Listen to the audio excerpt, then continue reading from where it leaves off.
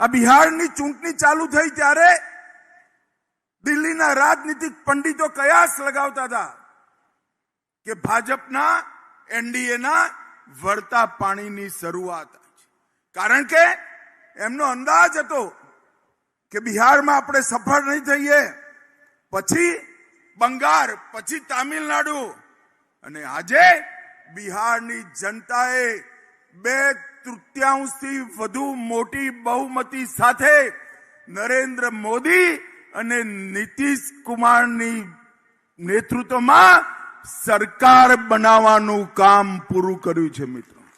અને આજે હું મોરબીની ભૂમિ પર બોલીને જાઉં છું.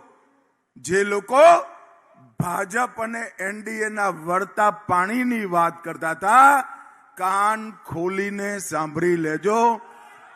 તામિલનાડુ અને બંગાળમાં પણ ભાજપની એનડીએની સરકાર બનવાની.